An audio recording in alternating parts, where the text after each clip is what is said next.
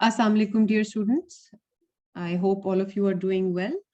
सबसे पहले तो let me introduce myself.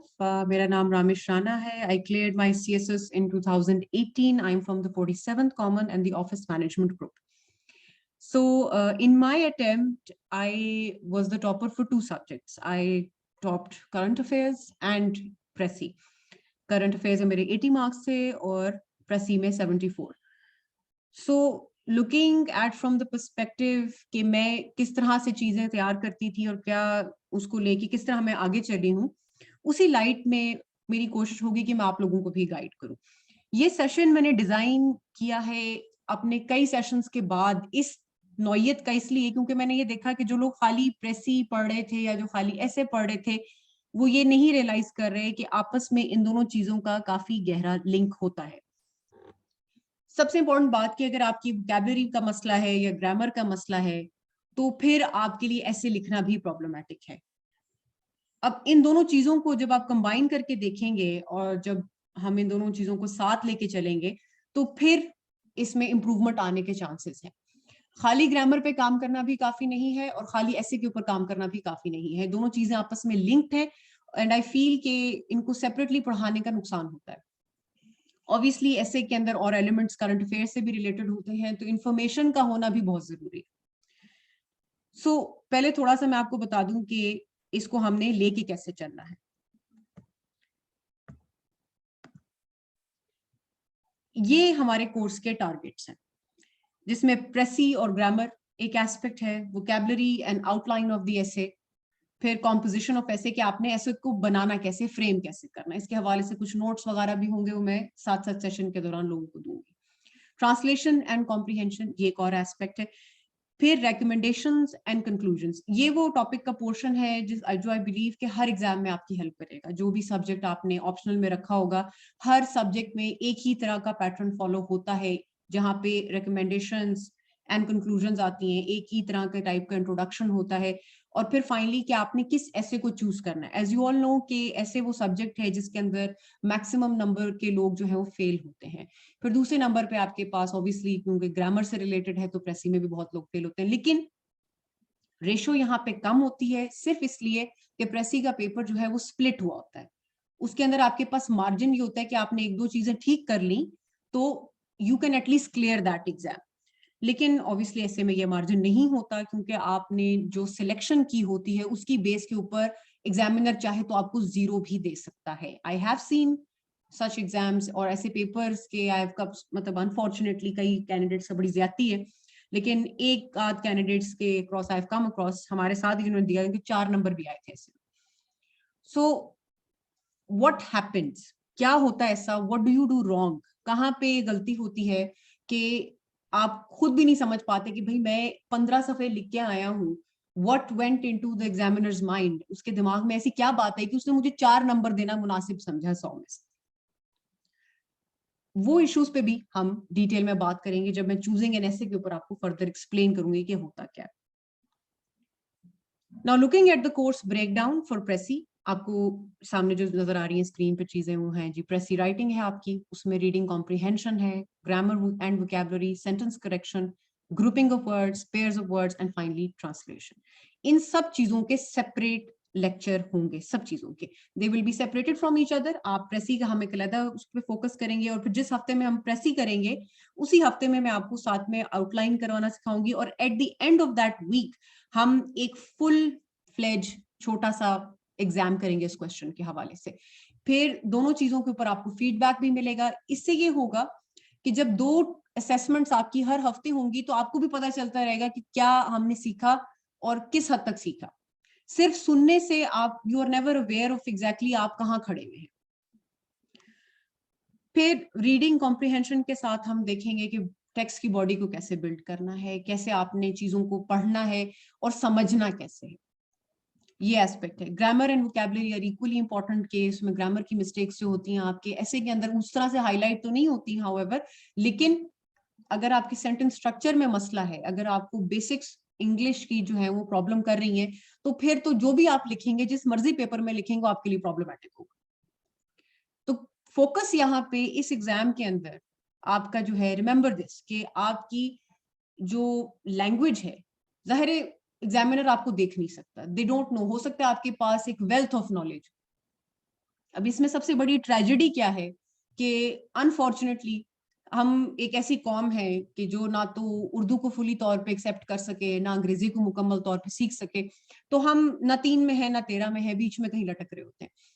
तो उसकी वजह से हमारी लैंग्वेज की जो डेवलपमेंट है, हमारी जो एजुकेशन के सिस्टम की वजह से वो इतनी जो है वो कमजोर रह जाती है कि ना हम फुली तौर पे उर्दू को सीख सकते हैं, और उसी तरह हमारी अंग्रेजी में भी गैप्स रह जाते हैं। और फिर उस पे फर्दर ये ट्रेजेडी होती है कि ये सारे का सारा एग्जाम आपका, माँ सिवा इस्लामियात की जहां पे आपके पास थोड़ा बहुत ऑप्शन होता है, सारा एग्जाम अंग्रेजी में ही आपने अटेम्प्ट करना। अब एग्जामिनर आपको देख तो सकता नहीं, उसकी सामने आपका जो फर्स्ट इंप्रेशन है वो आपकी राइटिंग है, और फिर सेकेंडली जो आपने कंटेंट उसको दिया है चेक करने के लिए, उसकी बेस पे उसने आपको जज करना। तो जो आप लिख रहे हैं, हो सकता है आपका नॉलेज, आपका डेटा जो है वो बहुत ज्यादा हो, किसी उस बंदे से बहुत ज्यादा हो जिसने एक्चुअली एग्जाम क्लियर कर लिया हो। कई ऐसे लोग हैं, आई have come across, I with great humility I would say, कि बहुत ऐसे लोग मैं आई केम अक्रॉस जिनका एग्जाम नहीं क्लियर हुआ, जिनकी वेल्थ ऑफ नॉलेज मुझसे तो कम से कम बहुत ज्यादा थी। तो फिर वेयर वाज द गैप, मसला कहाँ था, प्रॉब्लम कहाँ स्टार्ट होती है? प्रॉब्लम ये थी कि परहैप्स उनकी रिटन कम्युनिकेशन, क्योंकि एक तरह से आप समझे कि आप अपने लफ्जों से बात कर रहे हैं एग्जामिनर से, that communication that was flawed. Problem वहां पे थी कि जो बात हम करने की कोशिश कर रहे हैं, पहुंचाने की कोशिश कर रहे हैं, वो पहुंच नहीं रही एग्जामिनर तक। कई दफा एसेज मैंने पढ़े, लोगों के कई चेक किए, और मुझे थोड़ा सा दुख ही होता था कि इंफॉर्मेशन भी पूरी है लेकिन उसको आर्टिकुलेट नहीं किया गया। दैट मीन्स कि उसको बयान तरीके से नहीं किया गया, उसकी इंफॉर्मेशन को एक ऑर्डर नहीं दिया गया, जिसकी वजह से गैप क्रिएट हो गया। और मे बी आपका आर्ग्यूमेंट भी अच्छा था, लेकिन क्योंकि वो चीज आप सही तरीके से कम्युनिकेट नहीं कर पा रहे थे, इसलिए you fail short. The competition in this exam has always been extremely tough. आपका कोर्स बहुत ज्यादा होता है, and no human being can with great confidence से कि जी मैंने सारा कोर्स जो है ना सब पढ़ लिया था। हो ही नहीं सकता, इट्स ह्यूमनली नॉट पॉसिबल। आपको पिक एंड चूज करना पड़ती है चीजें, आपके पास बहुत थोड़ा वक्त होता है, उस थोड़े से वक्त में आपने अपने आप को कई सब्जेक्ट्स में ना ग्रेजुएट लेवल की इंफॉर्मेशन का जो है मास्टर बनाना होता है, और फिर उस इंफॉर्मेशन पे आप काबू पा भी जाते हैं, और फिर eight the end of the day जो है ना मार लोग खाते हैं लैंग्वेज के हाथ, अंग्रेजी के हाथ। So the purpose of this course would be कि आप अपनी पहले बेस फाउंडेशन लैंग्वेज की गलतियों को ठीक करें, वो गलतियां ठीक होंगी, फिर साइड बाय साइड हम दोनों चीजों को लेके चलेंगे।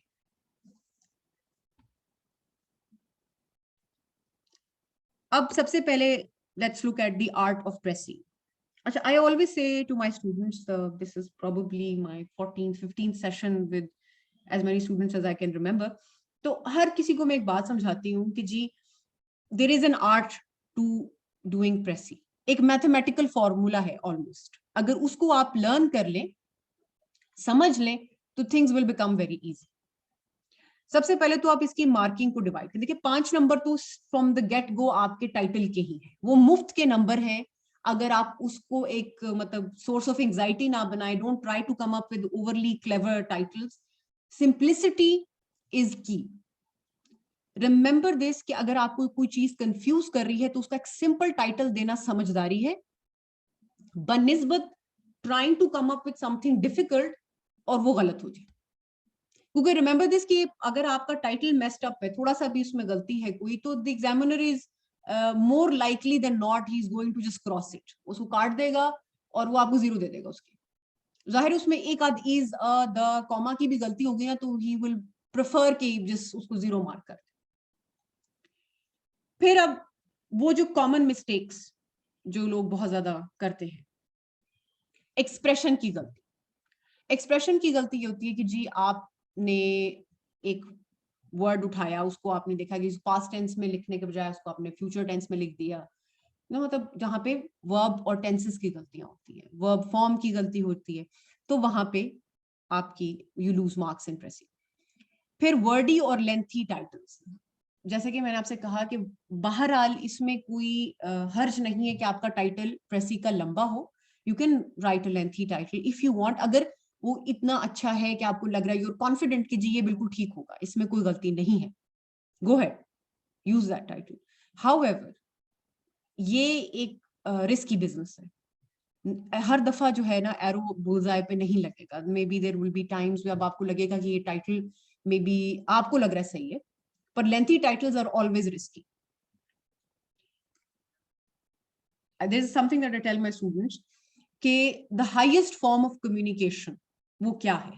The highest form of communication is silence. The next level is poetry. The next level is literature.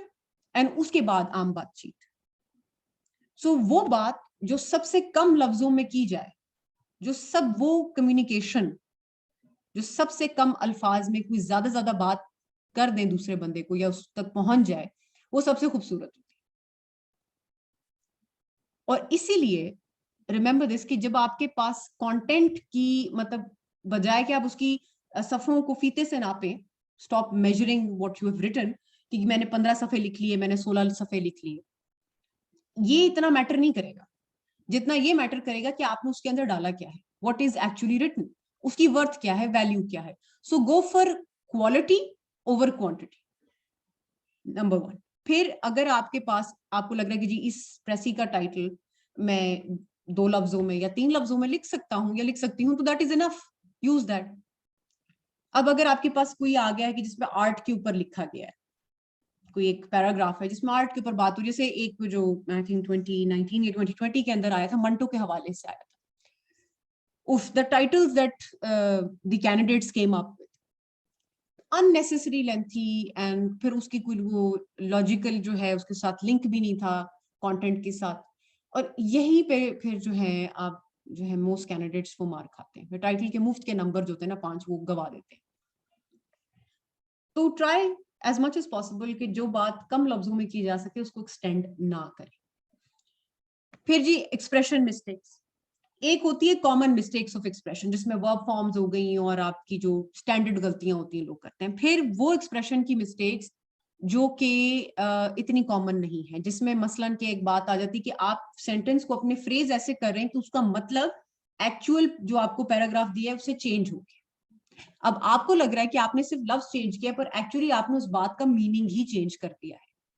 So what you have done now कि आपने एक्सप्रेशन की फॉर्म में you ended up changing the entire meaning of what the author was actually saying. इसका बहुत ज्यादा ख्याल रखना है कि जब आप ये वाली गलती करेंगे ना तो उस पे बहुत चांसेस होते हैं कि पूरी की पूरी प्रेस ही क्रॉस हो जाएगी।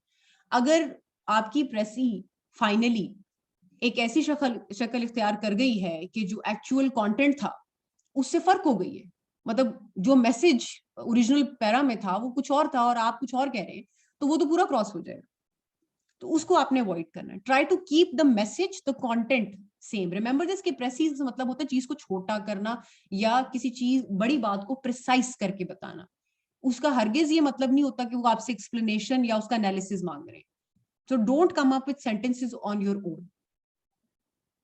पंक्चुएशन मार्क की जो मार्क्स पंक्चुएशन मार्क्स की जो गलतियां होती हैं that are also very common. आप कॉमा कहीं नहीं लगेगा, कहीं कंप्लीटली फुल स्टॉप नहीं होता। अच्छा जी, फिर उसके बाद है जी too many compound sentences. Compound sentences से मतलब ये है कि हमारे यहाँ मैं समझती हूँ एंड का जो एंड को एक बहुत ही फ्रीली इस्तेमाल किया जाता है। मतलब आप एक जुमला लिख रहे हैं तो एंड लगा के आपने उसको जारी रखना है, मतलब 3-4 जुमले आप and and and and and करके जो है ना उसको कंटिन्यू करते हैं।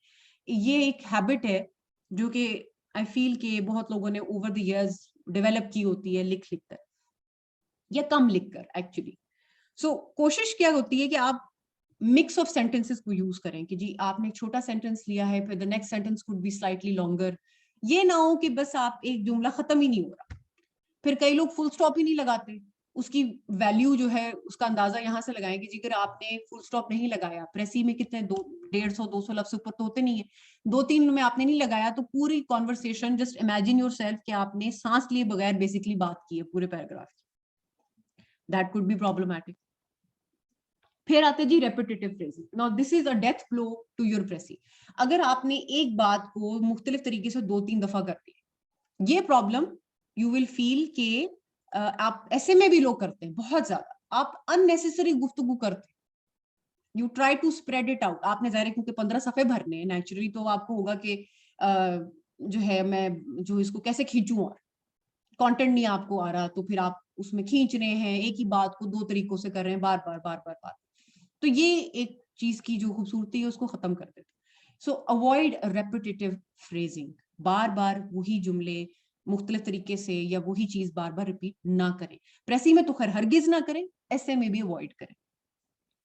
फिर है overly simple phrasing. Now many students often ask me this, के भी आप एक तरफ कह रही हैं कि सिंप्लिसिटी इज की, फिर दूसरी तरफ आप कहती हैं कि बहुत ज्यादा सादा जुमले ना हो। सादा जुमलों से मुराद ये होती है कि देखिए हर चीज की, हर कैफियत की, हर इमोशन की कि कोई एक वोकैबुलरी एसोसिएटेड है, उस वोकैबुलरी को सीखिए। दैट मीन्स कि instead of writing very happy, you can say joyous, you can use ecstatic, you can use a bunch of other words.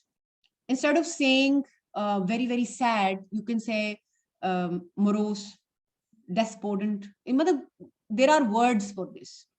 जहां पे आपको लग रहा है ना कि आपने किसी इमोशन को या किसी सिचुएशन को डिस्क्राइब करने के लिए वेरी इस्तेमाल किया है, दैट मीन्स कि आप कोई वर्ड मिस कर रहे हैं, उसको लफ्ज में तब्दील करें। I was very very sad, just right, I was depressed, I was morose, could be a bunch of other things. तो इसको समझे कि जहां पे एक लफ्ज मौजूद है उस लफ्ज को सीखिए। यहां पे वोकैबुलरी बिल्डिंग भी आ जाती है। अगर आपकी वोकैबुलरी में एक कोई लफ्ज ऐड हो गया है तो उसको इस्तेमाल कीजिए।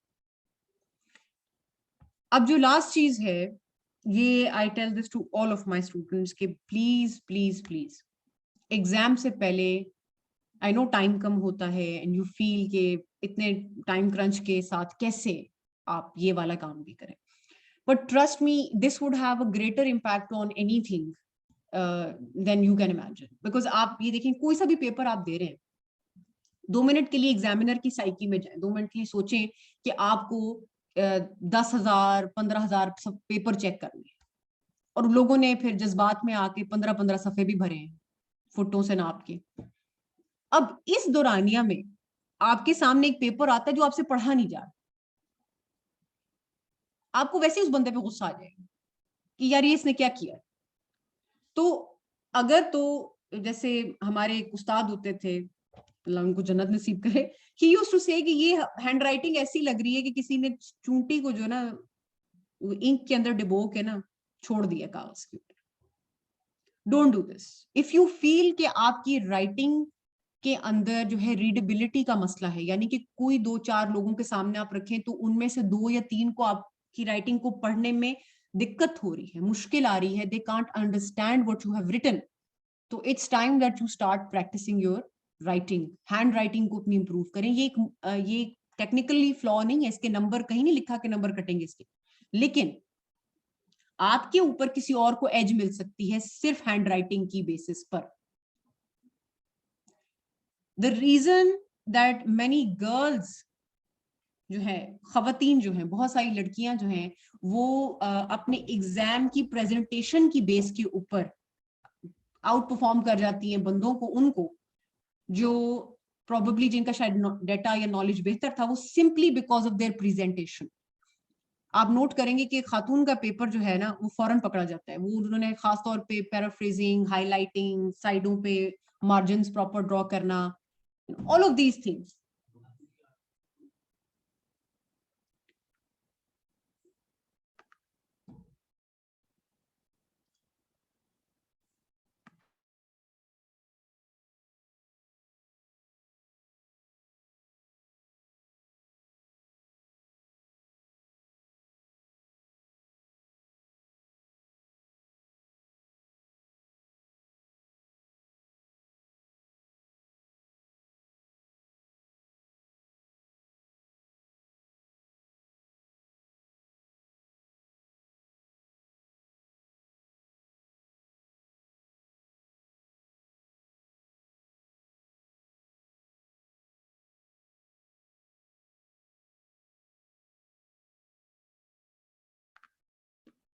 जी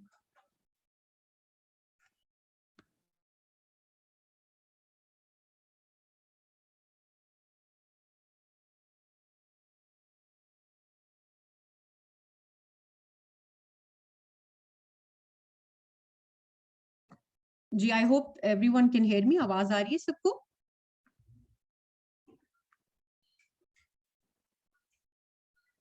all right, okay, so my apologies for the distraction, ये थोड़ा सा कनेक्शन का इशू था।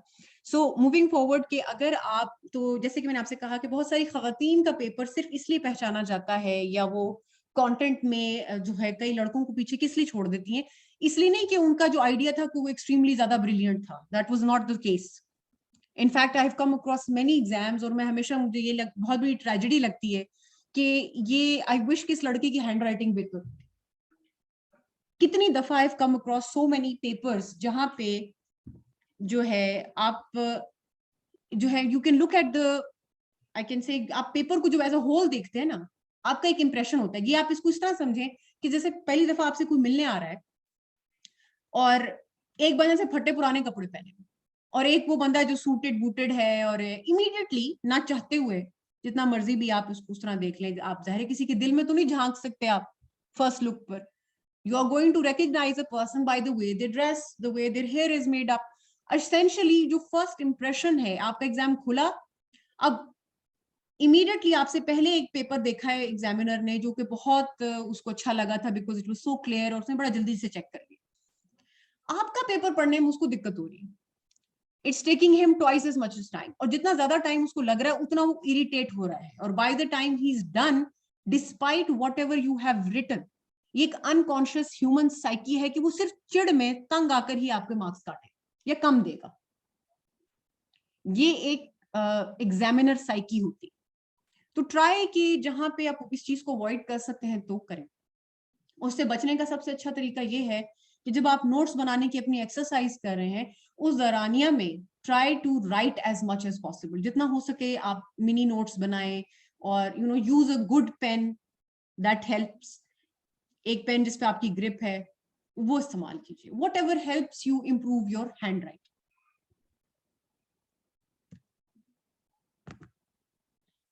अच्छा, ये वो कॉमन ग्रामर मिस्टेक्स हैं, इनको हम एट लेंथ कवर करेंगे जब हम फुल सेशन शुरू करेंगे। ये वो चंद मिस्टेक्स हैं जो कि इनको हम कहते हैं ना गलतुल आम, दैट मीन्स कि जिसको आप बोल रहे होते हैं और आपको आइडिया नहीं होता कि यह गलती हम कर रहे हैं। तो these are some common mistakes. अब इसके अंदर ऑब्वियसली जब हम पढ़ेंगे कि जी प्रेपोजिशंस क्या होते हैं, कंपाउंड सेंटेंसेस क्या होते हैं, तो यू विल फाइंड आउट कि जी ये गलतियां कहाँ पे हैं। उसकी टिप्स एंड ट्रिक्स हैं। I do this lecture which I call the 12 essentials of grammar. उसमें 12 पॉइंट हैं ऐसे जो कि ग्रामर की फाउंडेशन है। दैट मीन्स कि अगर ये चीजें आपको आ गई तो आपकी ग्रामर तो एटलीस्ट गलत नहीं होगी उसके बाद। एंड जैसे कि मैंने कहा कि हर हफ्ते 2 टेस्ट होंगे हर हफ्ते, जिसपे आपको डिटेल्ड फीडबैक मिलेगा, ताकि ये चीज कवर हो सके, ताकि मुझे भी आइडिया हो कि आप कहाँ खड़े।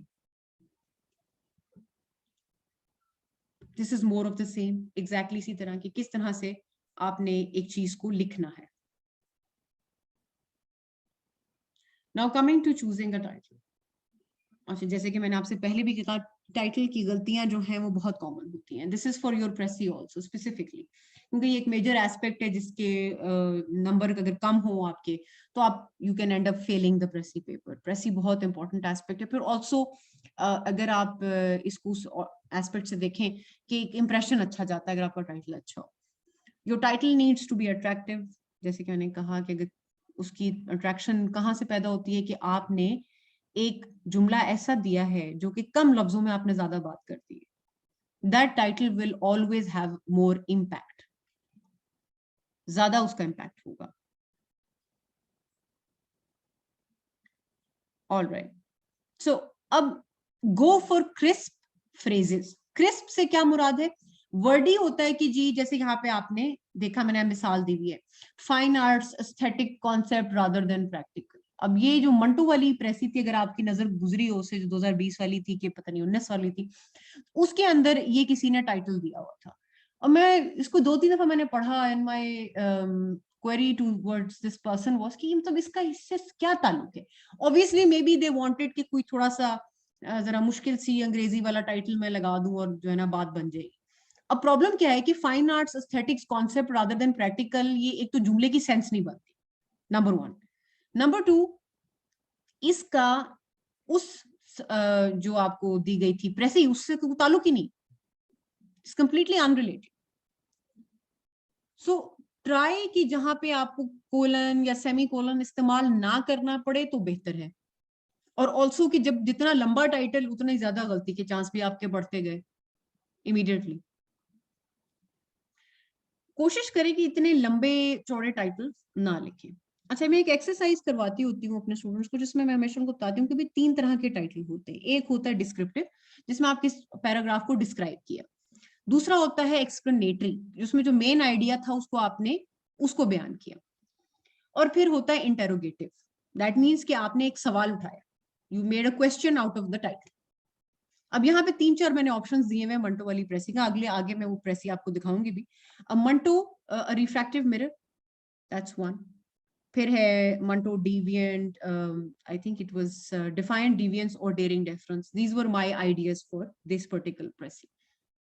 ऑब्वियसली मैं ये नहीं एक्सपेक्ट करें कि आप लोग इसी तरह लिखें, पर मुद्दा ये है कि एटलीस्ट ट्राई के आप लोग या तो लंबा अगर फ्रेज वाकई यूज करना ही है, आप यू फील लाइक कि जी करना है, तो फिर उसको इस तरह से करें कि you offer something to the examiner, कि वो पढ़े और वो खुश हो गए, हाँ भाई this is a good idea, this is a different सोच.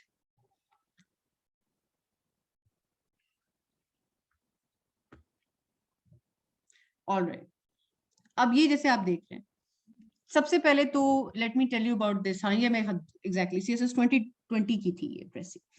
अब इस प्रेसी के अंदर सबसे बड़ी इंटरेस्टिंग बात मैं आपको बताती हूँ कि क्या है, कि ये एक एक्चुअली उर्दू का मुकालमा था जो कि मंटो के ऊपर लिखा गया था, जिसको अंग्रेजी में बहुत पुअरली ट्रांसलेट किया गया है. एक तो नंबर 1 ये भी जहन में रखें कि FPSC से बहुत ज्यादा उम्मीदें नहीं लगानी चाहिए, क्योंकि उनके अपने एग्जाम के जो फॉर्मेट्स और चीजें होती हैं उसमें गलतियां होती हैं. They are prone to just as much error as any other candidate. तो इसमें है काफी गलतियां. फिर अब जाहिर है क्योंकि लैंग्वेज उन्होंने थोड़ी सी इस तरह की इस्तेमाल की जहां पे उन्होंने वर्ड्स यूज किए कि एकदम पढ़ते हुए कई जो कैंडिडेट्स हैं वो वैसे ही साइक आउट हो गए होंगे, काफी घबरा गए. तो अब इसका डील करने का क्या तरीका है? जब आपके पास इस तरह की कोई प्रेसी आती है तो सबसे पहले तो कोशिश करें कि जो हर वर्ड आपको लग रहा है कि स्लाइटली नॉर्मल लैंग्वेज से हट के है, जल्दी से उसको अंडरलाइन कर लें. फिर सारे पैराग्राफ में उन वर्ड्स को अंडरलाइन करें. अगर आपको उसका मतलब आता है, नहीं आता, दैट्स इररिलेवेंट, आप उसको अंडरलाइन करें. और फिर देखें कि पूरे सेंटेंस को पढ़ के आपको अंदाजे से भी क्या लग रहा है कि इस वर्ड का क्या मतलब हो सकता है.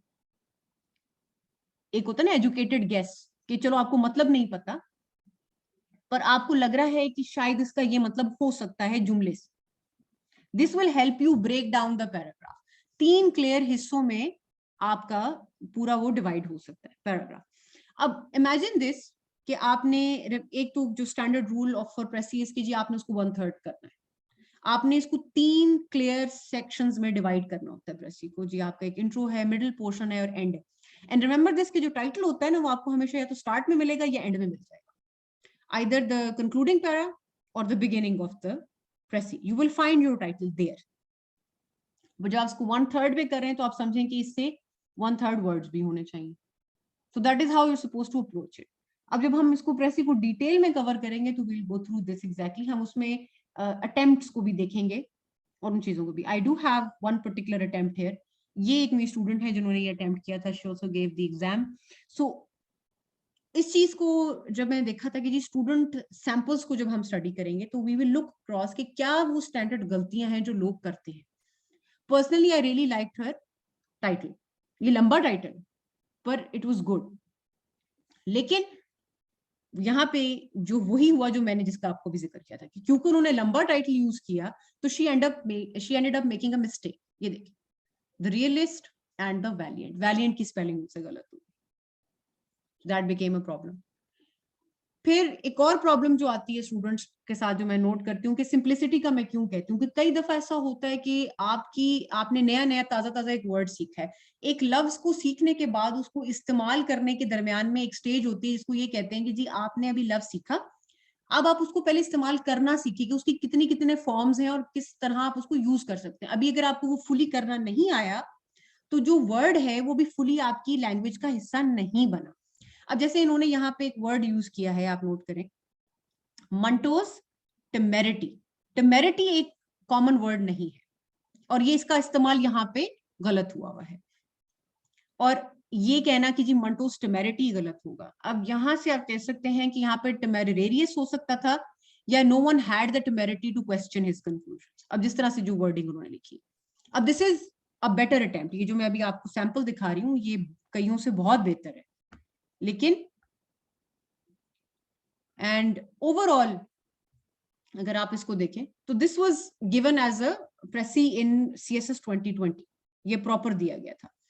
अब the way she has covered it, तो आप ये नोट करेंगे कि उन्होंने वर्डिंग अपनी अच्छी रखी है। हाउएवर अनदर प्रॉब्लम इज कि उन्होंने बहुत ज्यादा लंबे सेंटेंसेस यूज किए, वही बात एंड और कॉमा लगा के लफ्ज चली जा रहा है, ये आपने अवॉइड करना है। अब ये वो गलतियां हैं सारी, क्योंकि ये मैं लेक्चर अपलोड भी कर दूंगी, so you can also look at this in detail later on. Okay, so now let us talk specifically about choosing an essay. I remember कि जब मैं खुद भी तैयारी कर रही थी एग्जाम की, तो I went over the CSS forum and I saw कि कई लोग जिन्होंने एग्जाम CSS का और ऐसे का स्पेसिफिकली फेल किया था, उन्होंने पूरी पूरी अपनी आउटलाइंस और वो सब कुछ डाला हुआ था। तो one particular comment really struck out, उसमें उन्होंने जो हजरत थे उन्होंने एक बात की हुई थी कि जी पूरा तफसील से लिखा हुआ परफेक्ट आउटलाइन, सब कुछ मेंशन किया हुआ, कंटेंट भी फर्स्ट क्लास। इस बंदे को 0 आया था प्रेसी अपना ऐसे के अंदर, and he was shocked and so was everybody else also. I was not shocked however, क्योंकि जब उन्होंने बताया ना कि जी टाइटल क्या था जो जिस पे उन्होंने लिखा था, तो मैं समझ गई जिन्होंने तो लिखा ही किसी और चीज के ऊपर है, तो जो एक्चुअली सवाल था उसका तो कहीं जवाब ही नहीं, जिक्र ही नहीं। उन्होंने अपनी तरफ से एक लिटरेरी टॉपिक को अटेम्प्ट किया था और उसके ऊपर नीचे पूरा जेंडर का कैसे लिखा है। अब यहाँ पे आता है वो प्रॉब्लम कि अगर आपने चूज ही गलत ऐसे कर लिया और उस पे कोई अपनी समझ के हिसाब से कोई एक ऐसी चीज लिखा है जो कि अपनी तरफ से आपने इन इट सेल्फ कंटेंट बिल्कुल ठीक लिखा है, लेकिन उसका उस ऐसे के टॉपिक से कोई ताल्लुक ही नहीं है, तो you are not going to pass this exam. तो ये जानना कि जो ऐसे आप चूज कर रहे हैं वो आपको पूरी तरह समझ में आ गया and it is the right choice for you, बहुत क्रिटिकल डिसीजन। और अगर आपने चॉइस ही गलत की है फ्रॉम द गेट गो, तो वहां के बाद तो फिर कोई देयर इज नो चांस, आप पता नहीं 25 सफे भी लिखाएंगे तो it will not matter, because आपका टाइटल के साथ ही कोई ताल्लुक ही नहीं होगा। सो ट्राई कि आप जो चीज उठा रहे हैं उसका आपको एग्जैक्टली पता है कि what they are asking of you. Now look at these sample जो हैं ऐसे टॉपिक्स, ये आपके मेरे ख्याल में 2020 के हैं, 21 के हैं। इसके अंदर जो अब आप देख रहे हैं, just keep looking at these, what do you see कि इसमें से सबसे ट्रिकी क्या है। कुछ तो बड़े सिंपल स्ट्रेट फॉरवर्ड है, women universities as agents of change, यहाँ पे आप एक स्टेबल ऐसे लिख सकते हैं, Pakistan future of Kashmir cause, यहाँ पे भी स्टेबल लिख सकते हैं। अगर कोई कमेंट छोड़ के मुझे बताना चाहे कि इसमें सबसे ज्यादा ट्रिकी टॉपिक कौन सा है, I'll wait for an answer and see. Exactly. The first one. Do we really need literature in our lives? Now, this is a tricky topic. ये बहुत tricky topic है. Yes, very good. Everyone's right. पहला topic जो है वो difficult है इसमें करना. क्यों है difficult? अच्छा, अब यहाँ पे तो फिर भी आप पिक कर सकते हैं ना कि जी कहाँ पे आपको समझ आए, जैसे पाकिस्तान इंफॉर्मेशन इकोनॉमी। एक तो सबसे पहले आपने यहाँ पे डॉक आउट किया number 1, do we really need literature in our life. It's a difficult topic to attempt. इस तरह का आर्ग्यूमेंटेटिव टॉपिक मत अटेम्प्ट करिएगा, खासतौर पे अगर आपका बैकग्राउंड लिटरेचर का नहीं है, और खासतौर पे अगर आप बहुत जो होता है ना कि ऑन द फ्लाई आप कोट नहीं कर सकते लिटरेरी सब्जेक्ट्स को, या आपको कोई इस पे ग्रिप नहीं है, ना करें।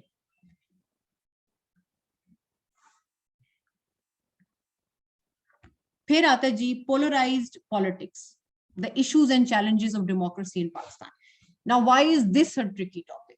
This is very tricky because you could end up giving your opinion. अब मैं आप में से मजेदार बताती हूँ किस तरह से। आप अंदाजा करें, सपोज हम मिसाल लेते हैं कि जी मैं पीटीआई की सपोर्टर हूं और मेरा एग्जामिनर जो चेक कर रहा है वो नून लीग का सपोर्टर है, या लेट अस सपोज कि मुझे लगता है कि जी जो पीछे डिक्टेटरशिप गुजरी है वो प्रॉब्लमेटिक थी, पर जो बंदा जो मेरा पेपर चेक कर रहा है उसको डिक्टेटरशिप का दौर या जिया के दौर को बहुत याद करता है, तो फिर क्या होगा? यहाँ पे पोलराइज्ड पॉलिटिक्स और इसकी ये बहुत सेंसिटिव टॉपिक है। इसको सिर्फ तब अटेम्प्ट करें, सिर्फ तब जब आप इसको इस तरह अटेम्प्ट कर सकते हैं कि आपका अपना जाती ओपिनियन इसमें नजर ना आए, जो कि बहुत मुश्किल काम। You would need to be a journalist to attempt something like this. तो ये मैं आगे भी आपको बताऊंगी 2-4 चीजें कि जी किस तरह से। अब इसमें सबसे सेफ टॉपिक है जी Pakistan information economy, the way forward. ये सबसे सेफ टॉपिक है क्योंकि ये सारा डेटा के अराउंड होगा। आपने बताने फैक्ट्स एंड फिगर्स कि क्या है पाकिस्तान की डेटा आउटरीच, क्या है इंफॉर्मेशन इकोनॉमी के फायदे ही फायदे हैं, नुकसान कोई नहीं है। और मतलब ये एक ड्राई टॉपिक है, इसमें कोई आप मतलब इसके फेल होने के चांसेस नहीं है आपके। ये बोरिंग है, no doubt, it's a very boring topic, but it's a safe option. So जब आपको डाउट हो रहा हो ना टॉपिक्स के हवाले से, कुछ टॉपिक्स बड़े अट्रैक्टिव हैं, जैसे ये polarize politics, the issues and challenge of democracy in Pakistan, बड़ा अट्रैक्टिव टॉपिक है, मगर ये रिस्की भी है। फिर promoting tourism in Pakistan, opportunities and challenges, also a safe option. अगर आपके पास डेटा है, आपके पास आपको फैक्ट्स एंड फिगर्स पता है इस टॉपिक से रिलेटेड, तो ये बड़ा अच्छा ऑप्शन है, इसको आप अटेम्प्ट कर सकते हैं इजीली। पॉजिटिव टॉपिक है, इसमें कोई नेगेटिविटी आने का चांस नहीं। Pakistan in the future of Kashmir cause, ये भी ट्रिकी टॉपिक है, ये भी डेंजरस है। अगर आपने इसको अटेम्प्ट किया और आप कहीं ना कहीं आपने कोई अपनी तरफ से, अगर not to use any other word, अगर आपने बोंगी मारी कोई कि जी ये इस तरह सॉल्व हो सकता है मसला, तो भी you will fail this exam, क्योंकि इसका सोल्यूशन किसी के पास नहीं है। अगर होता तो अभी तक ये प्रॉब्लम सॉल्व हो चुकी होती। So try to avoid topics जहां पे नेगेशन के चांसेस ज्यादा हैं, यानी कि आपको एक नेगेटिव अप्रोच, या आपको यकीन है कि भाई ये टॉपिक ऐसा है जिसपे ओपिनियन डिवाइडेड हो सकता है, उस तरह के टॉपिक को अवॉइड करना है आपने। जहां पे आपको लग रहा है कि आपका ओपिनियन मेजॉरिटी से हटकर है, वो टॉपिक भी आपने अवॉइड करना है एज मच एज पॉसिबल। तो असेंशियली आपके सामने तो मे बी 7-8 ऑप्शन होंगे, लेकिन आपके पास ऑप्शन होते 2 या 3 ही है अटेम्प्ट करने के लिए। So try to choose a topic जो आपको लगता है कि जी इंफॉर्मेशन बेस्ड है, और उसके ऊपर आपने फोकस करना है।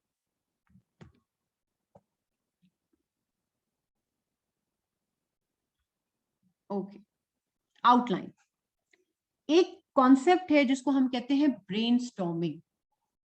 आई फील कि क्योंकि बहुत सारे कैंडिडेट्स, ये वो दौर आ गया है कि कैंडिडेट्स जो हैं वो एग्जाम के इससे पहले जो है पूरे पूरे एसेस याद कर लेते हैं, तो many people completely ignore this aspect.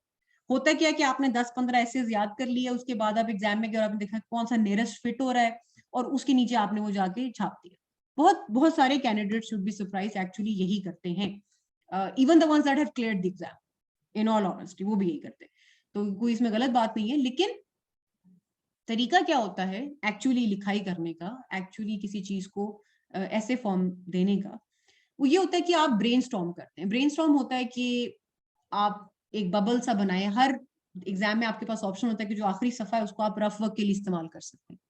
That means कि आखिरी सफे पे जाएं, ड्रॉ बबल्स, एक पूरा वेब बनाए, थॉट वेब बनाए, सेंटर में टॉपिक लिखें, और जो जो आपके जहन में आता जा रहा है आहिस्ता आहिस्ता उसको ना लिखते जाएं, लिखते जाएं, लिखते जाएं, लिखते जाएं कि जी ये इसका हेडिंग हो सकता है। एक दिमाग में एक चीज मैप बन रही है, उस मैप को साथ साथ बनाते भी जाए, काटम पीटम जो करनी है उस आखिरी सफे पे कर लें।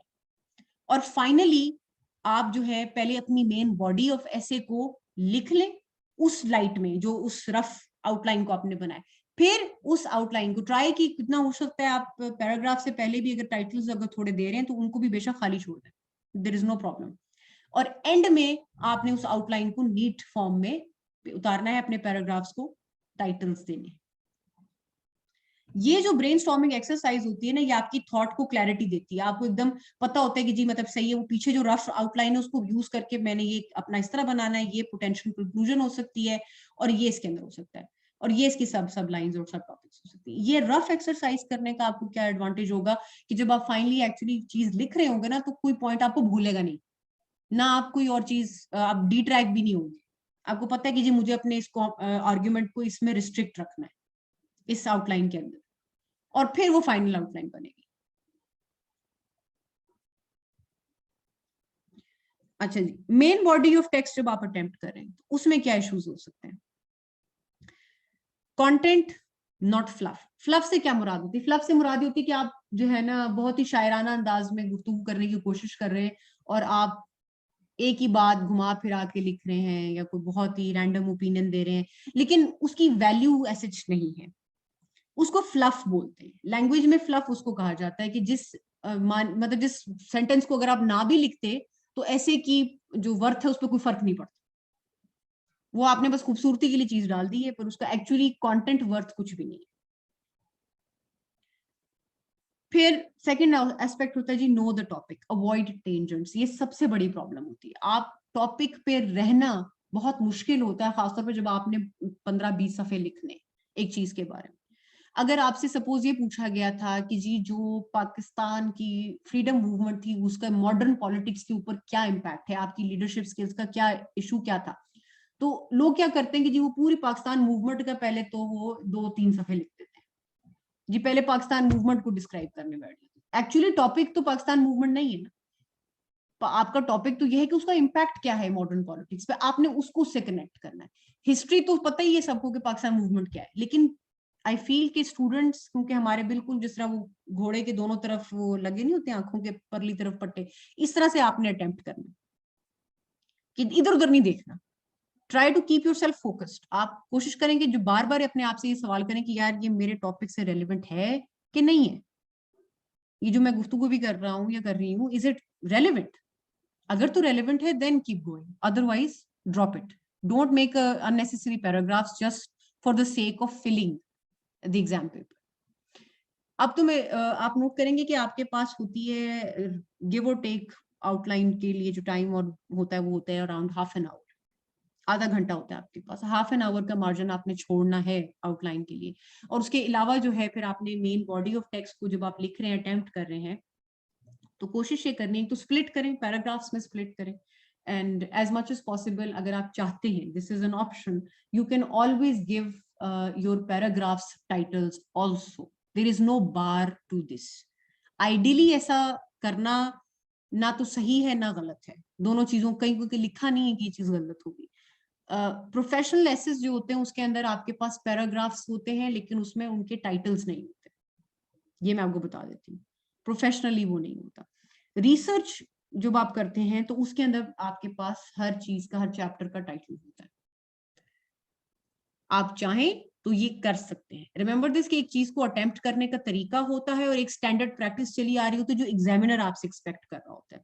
If you do put paragraphs in the main body of text तो क्या होगा कि उसको आपको एक तरह से उसके लिए फ्लैग पोस्ट लगा रहे हैं ना, अगर धुंध है और रास्ते में अगर बत्तियां ना जल रही हो तो रास्ता गुम जाता है, सीधी सी बात है। तो अगर आप वहां पे ये छोटे छोटे फ्लैग पोस्ट उसके लिए छोड़ देते हैं एग्जामिनर के लिए, तो he is not going to cut your marks for this. Although ये भी मैं बता दूं कि प्रोफेशनली ये चीज एक्सेप्टेबल नहीं होती यूजुअली। आपको मेन बॉडी ऑफ टेक्स्ट के अंदर पैराग्राफ्स लिखना is not really an ideal thing, but it does help the examiner. फिर नो बायसेस। जो प्रॉब्लम आप लोग फेस करते हैं 90% of the time what I have come across कि people tend to have opinions. जैसे आपने लिखा, सपोज पैलेस्टाइन क्राइसिस के हवाले से कोई आपसे सवाल आ गया और आप उसमें जिक्र करते हुए कोई एक ऐसा ओपिनियन दे देते हैं जिसकी कोई फैक्चुअल बेसिस नहीं है।